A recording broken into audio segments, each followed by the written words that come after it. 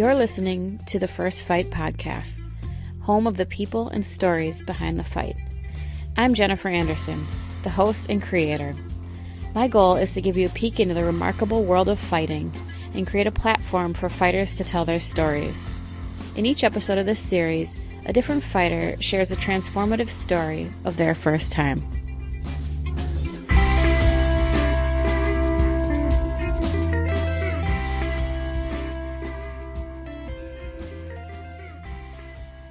Today I'm doing another special episode where I interview someone with a different perspective of the industry, not necessarily a fighter, and today it is going to be an MMA journalist. I'll be talking with Hunter Homistek, who has worked for FloSports, Bleacher Report. He is a sports writer, a digital marketer. He recently started his own business and was also appointed as the general manager of 24/7 Fighting Championships out of Pittsburgh. So Hunter's one of the good guys. I love him. I love his work. We talk a little bit about how the landscape of MMA journalism has changed with the introduction of superstars such as Conor McGregor. We talk a little bit about my husband, Corey Anderson, as well. And Hunter actually flips the script in true journalist fashion and interviews me a bit at the end. So I hope you guys enjoyed it. I enjoyed talking with Hunter, and take a listen.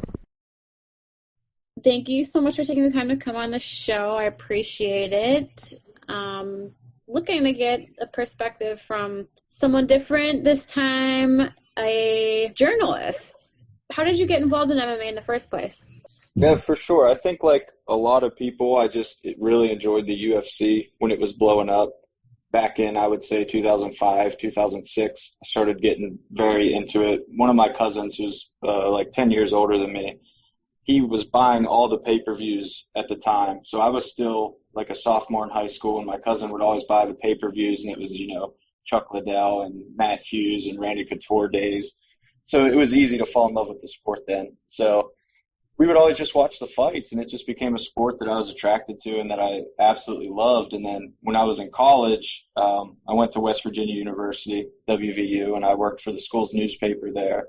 And West Virginia actually legalized MMA while I was there. So they had their first sanctioned MMA fights when I was in college, and I covered them for the school's newspaper.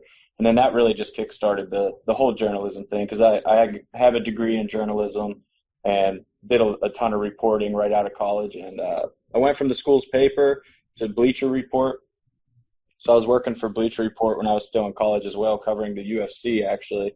So I had that kind of local MMA with the school's newspaper plus national level MMA with covering the UFC for Bleacher Report. So it just got me involved in the sport on every level. But yeah, it all started with just being a fan. Now, do you remember attending your first MMA fight? Absolutely, because it was huge for me being there for my first fight, but also that I was working when I was there. Like it was also one of my first assignments ever as a journalist, like being on the ground, on site. I remember being blown away by the fights live. Like the first body kick I ever heard in person, I just couldn't believe how loud and how vicious everything sounded in person versus TV. Like you can genuinely hear and feel the impact differently at live events. And I encourage everybody, I think everybody wants to go to Vegas to see a Conor McGregor fight, but I think it's just as awesome to go to your local MMA show and just see what your local fighters have. I mean, there's so many great local shows all around the United States, and there's probably one in your backyard. And like, if you're an MMA fan and you're not going, then you're doing yourself a disservice, I think. Your first show was a local MMA show. Mm-hmm. Do you remember your first big event, first UFC event? I should, for sure. Like, it was either UFC Fairfax or UFC 169, I want to say. Henan Barrow, I want to say, was the main event, 169. Was it 169? I can't remember. But it was definitely for Bleacher Report. It was one of those shows.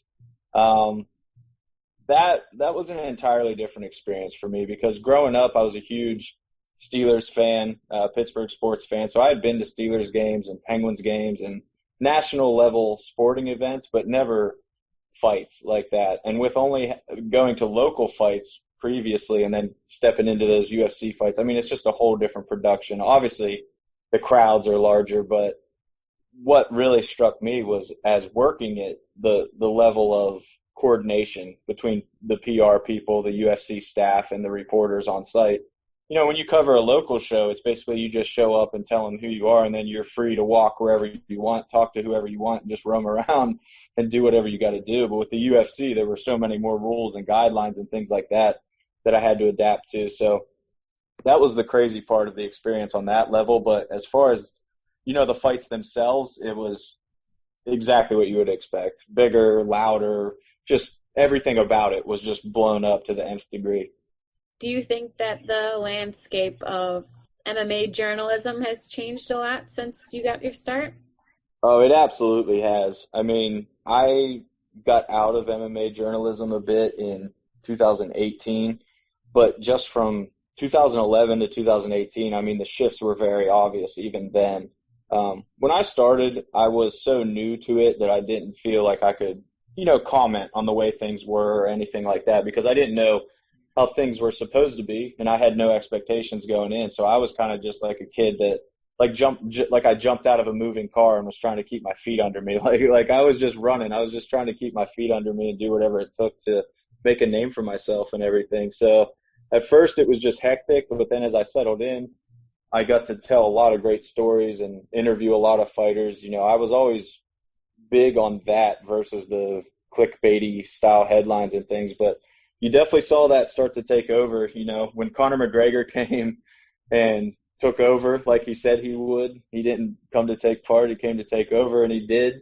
And when that happened, it was like every step that Conor McGregor made had to be an article. Like no matter what Conor McGregor was doing, if he bought a new car, if he tweeted, like whatever it is, you have to cover Conor McGregor doing this. So that was insane to me.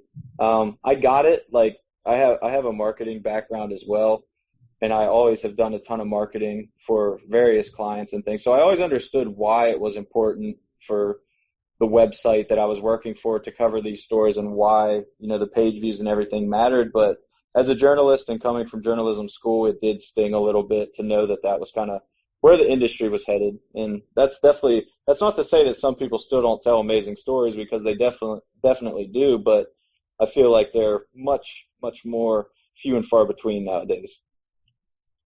I've talked about how Conor McGregor kind of shifted the way things are going in my interview with Frankie Edgar, just about how fighters kind of market themselves differently now because of him. And do you believe that, you know, what MMA got out of Conor McGregor, i.e. more viewers, publicity, do you think that is worth the changes that it's also made in the fans and the fighters? I mean, there's definitely no doubt that the level of attention he brought to the sport gave new opportunities to other fighters to do their thing. Like, would Colby Covington have ever felt the need to be the character he is if Conor didn't kind of show the way with that? And I think even before Conor, obviously you had Chael Sonnen kind of doing it, but Chael did it very differently than Conor. Conor kind of went off the deep end with it. You know, with Chael, it always felt like an act, and it was always like a comedian almost, and it was just hilarious and funny. Conor made it a lot more personal with his attacks, and obviously a lot of his personal decisions, you know, being in the spotlight for the wrong reasons a lot of times gave him a different kind of edge. But it became clear that people were attracted to that, and people wanted to read those headlines, and that was the popularity contest, so to speak. Like, there's no doubt that he was winning it. And I know, like, I'm sure you've heard it, but like Colby Covington got kind of an ultimatum from the UFC before his fight with Damian Maia. They were basically like, if you don't become more interesting, we're going to have to cut you no matter what happens. Like, your contract's up. Nobody wants to watch you. You're kind of like expendable to us at this point. And that's when Colby just went full on, you know, turned full heel in Brazil and just captured everybody's attention. So you see the way he opened the doors for people to do this. And when people try and it's not authentic, it just doesn't work. But it brings fans in. And like, I do think, to your question, like, it's good that Conor did this in so many ways to open the sport up to new people who probably are very serious fans that will continue to invest their time, energy, and money into the sport, which is the goal here. But it has to come at some cost. And I think that that's kind of just like anything. You know, you have to take the good with the bad with literally anything. So it wasn't the perfect solution by any means, but I think ultimately, yes, it was worth it for the UFC and for kind of the MMA universe at large. I agree. I agree too. I was a fan of Conor McGregor a long time ago and in the beginning, but things shift. You definitely, like you said, can tell when the act is authentic. You know, he was good at his acts in the beginning, and Colby Covington is not good at it, I don't think. You know, like I hate seeing all these young fighters come up and they're inspired by that, but it's just like, just be yourself. You can play up certain things, but you can just smell it when someone's not being authentic, you know? It's absolutely true. And I think it's interesting. It's something that you probably know better than almost anybody on earth because Corey's been Corey from day one. Like he's never even tried to be that guy or been anything other than himself. And he's been public about how it kind of hurt him in his UFC career. But even knowing that he should have maybe changed things, he never did. And I think that's what makes him so special is that whenever Corey talks, you know you're getting the real thing from him. You know it's the real talk from Corey Anderson, which is what I always respected so much from him, among other things. But it's cool to see him find his way and show younger fighters, I think, now that there's another way too. Like where he's at right now is on the brink of something very special, and he did it his way without giving in to that kind of trash talk, superstar popularity contest along the way. So I think just as much as Conor showed that you can do it that way, it's cool to see people like Corey show that winning fights still matters. That's great. Yeah, I mean, he definitely says what he thinks. It's a blessing and a curse of his. He's not always I'm more PC about things and I guess care a little more about image and whatnot and just playing, taking the right moves in your career. But the way we did it or he did it, it ended up working out for the best by far. So, he's happy, we're happy with it, and it's kind of the story in life. There's got to be people that are willing to stick to their guns and keep it real and have integrity, because if everyone plays that game, then nothing is real. I'm sure you've dealt with that being a journalist.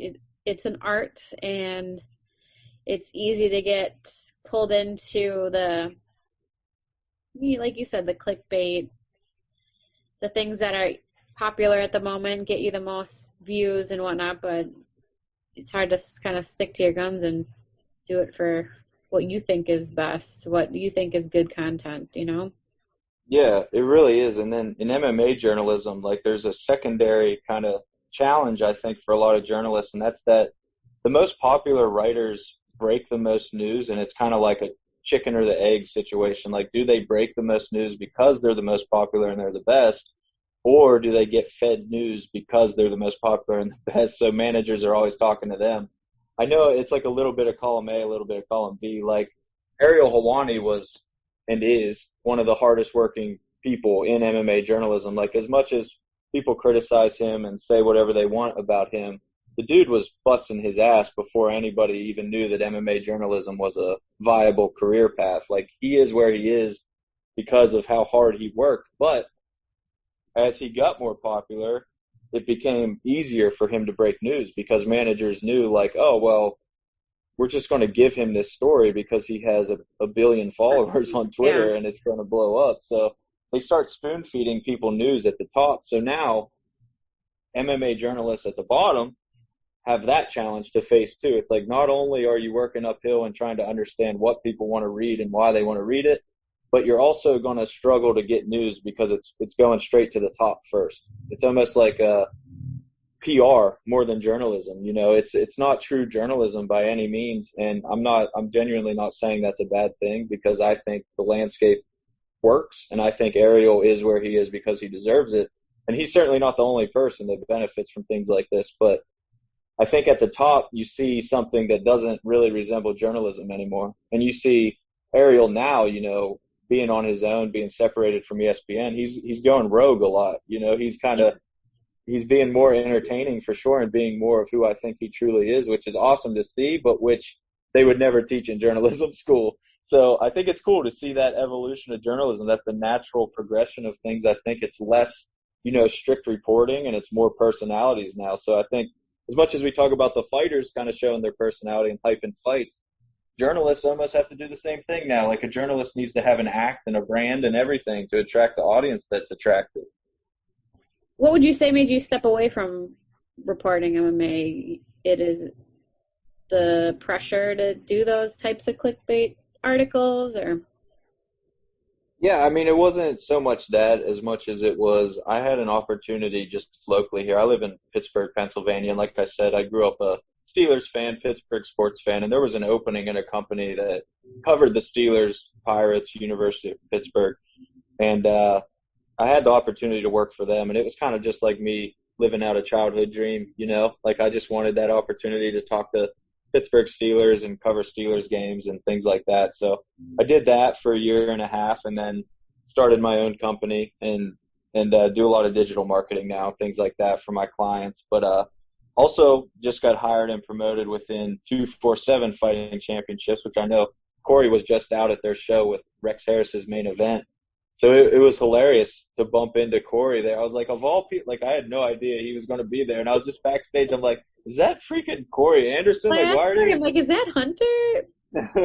Yeah, I was like, why is Corey Anderson in Johnstown, Pennsylvania? Like, this is crazy. But yeah, it was awesome, obviously, to bump into him. But that promotion has kind of pulled me back in. So okay. I'm doing a lot of local MMA work now, but not so much as a pure journalist or reporter, but a lot of just helping build their brand and get them where they want to be, which is, you know, the premier MMA organization in Western PA, which I think they're well on their way, man. I love the way they do things. It's really interesting for me to learn the business side of being a promoter more. So it's a really cool opportunity for me. It's something that I definitely couldn't turn down. Yeah, that's cool.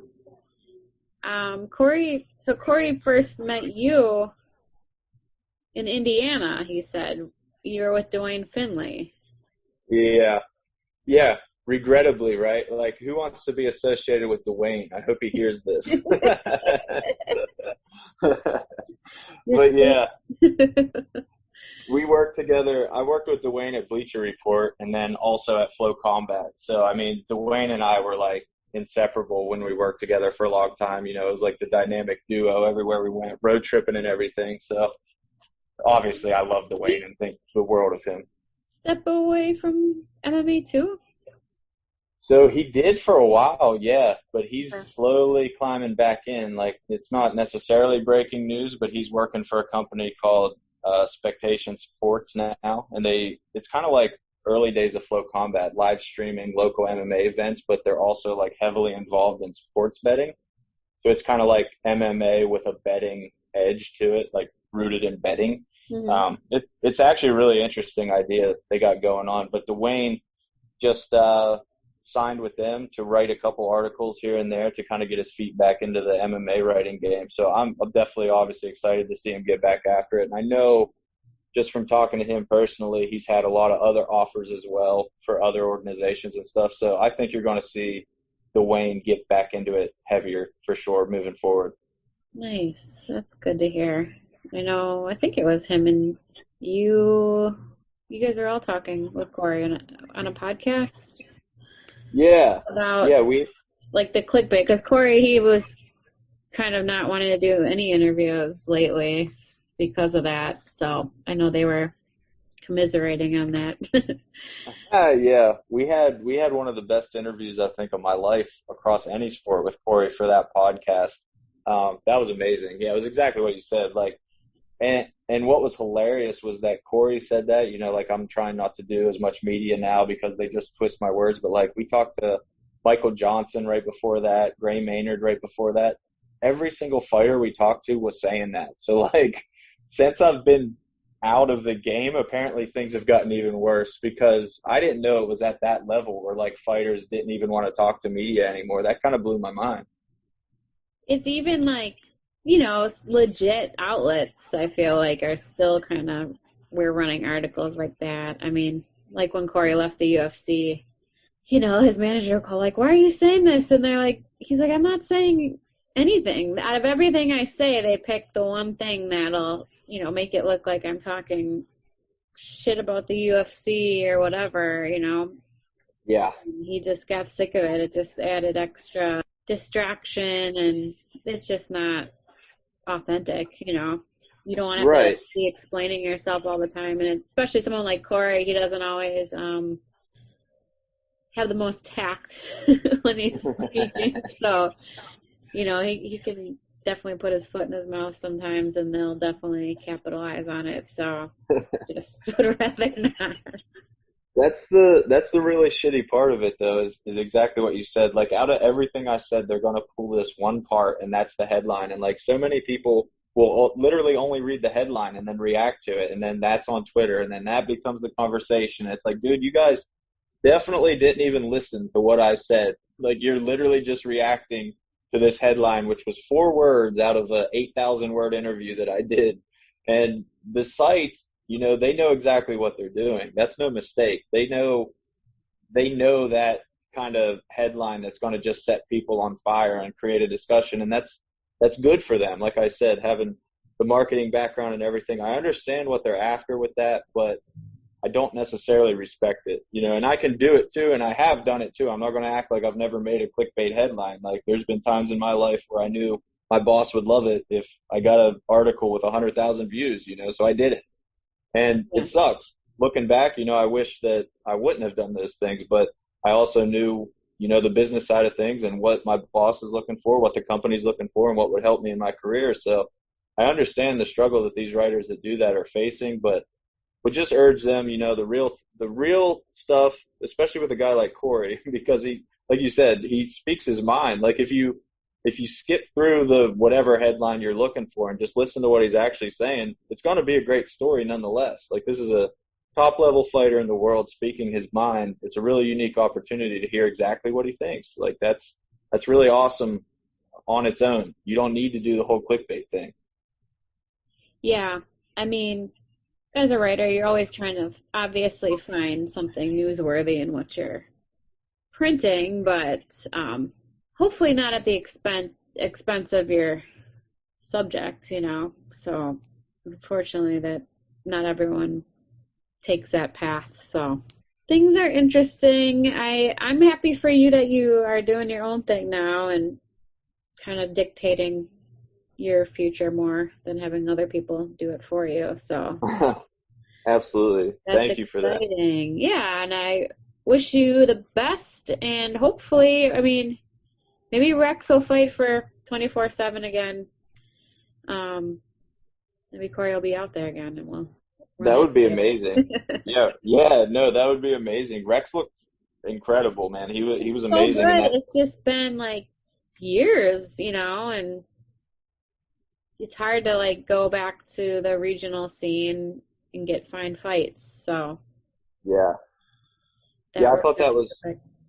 I thought that was super interesting talking to Corey afterwards, and I kind of asked him what he thought of the regional scene, and he kind of reminded me, like I knew this but didn't quite put it together, but he like reminded me that he never fought regionally. Like he went straight from the Ultimate Fighter into the UFC, obviously, and that's how he started his career. And it's just like, damn, man, you're right. Like you never experienced this little local MMA scene, so that's cool for him, I'm sure, to see that. And for Rex, a guy who has been on the national stage with World Series of Fighting and PFL and everything, to be back there, like I'm sure it's a little humbling and hard for him, but at the same time, like when you get a first round knockout like that, you're not going to be there long. Like that was such a good He did performance. what he needed to do, you know, what he Yeah. had to do. And Corey, yeah, I've actually was at his one of his only fights. His official pro debut Nice. was in Milwaukee. So,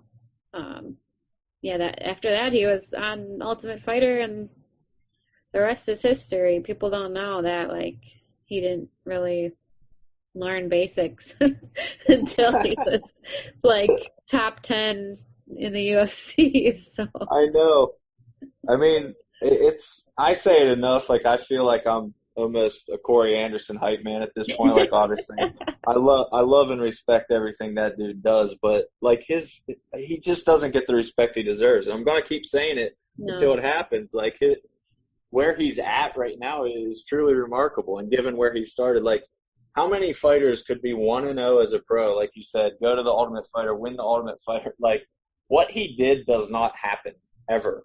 Like, it is so He's ridiculous. like a survivor, and obviously he's my husband, so I'm biased. But from someone that knows MMA and is a fan of it, he, I do think he is good enough to be the UFC light heavyweight champ. I think he's good enough to be the Bellator light heavyweight champ. Like, the fact that he has made those adjustments under that kind of pressure is huge, and is constantly evolving and growing. And you don't see a lot of guys like that at that level that are still evolving. A lot of the guys at his level are kind of, plateaued off. So Yep.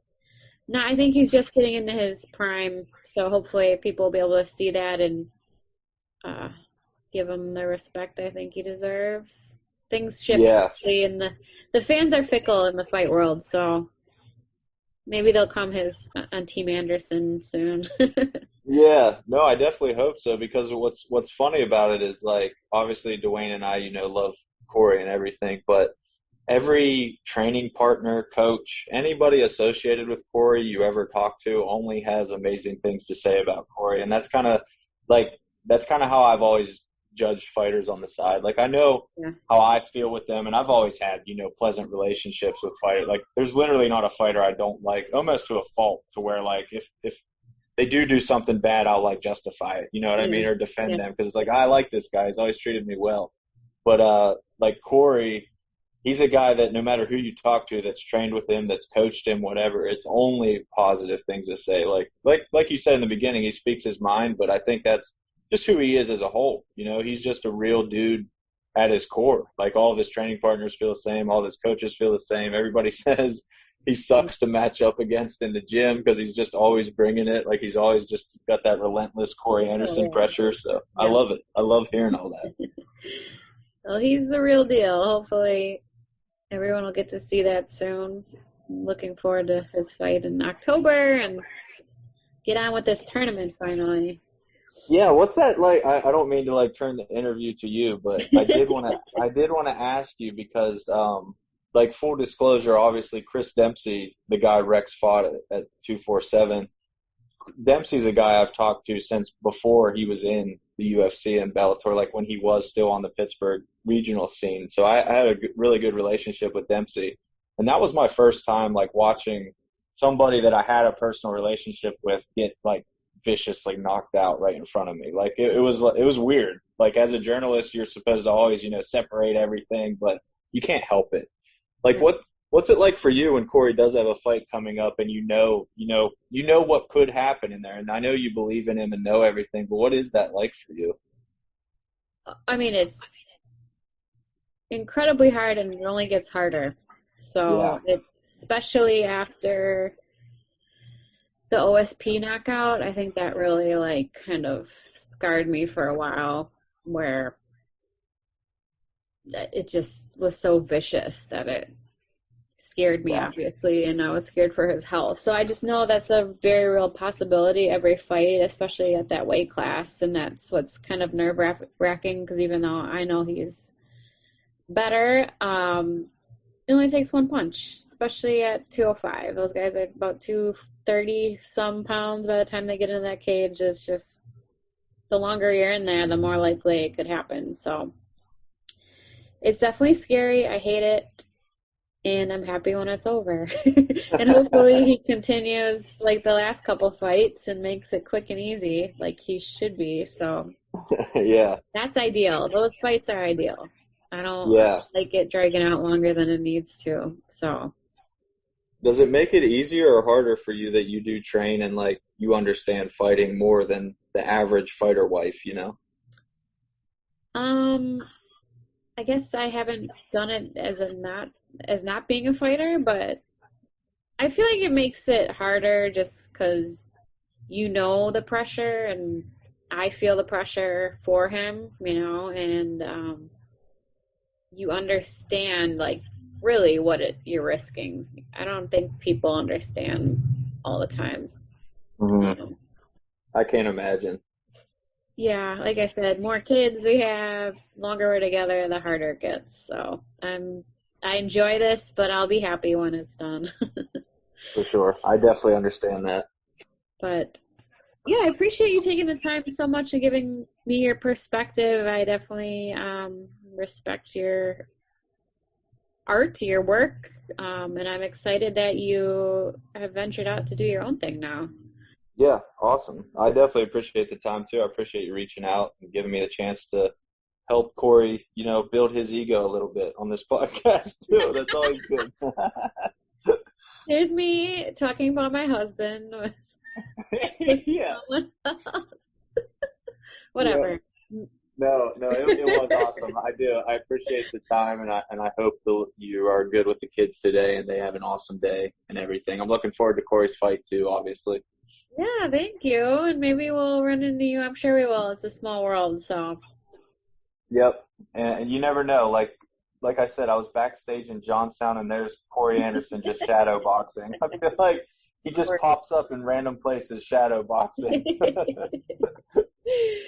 Oh my gosh. Well, yeah, good luck with that, and I'll keep my eye on that promotion as well.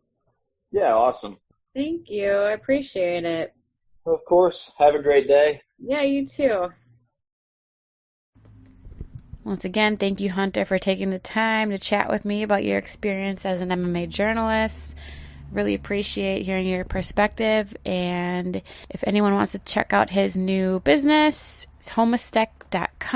He writes so you don't have to. He does business writing and marketing. And good luck, Hunter, with your new position at 24/7 Fighting Championships out of Pittsburgh. Everyone keep their eyes peeled for that regional promotion. And thank you, everyone, for listening. You can follow us on Instagram at The First Fight, and you can check out all our archive episodes at thefirstfightpodcast.com.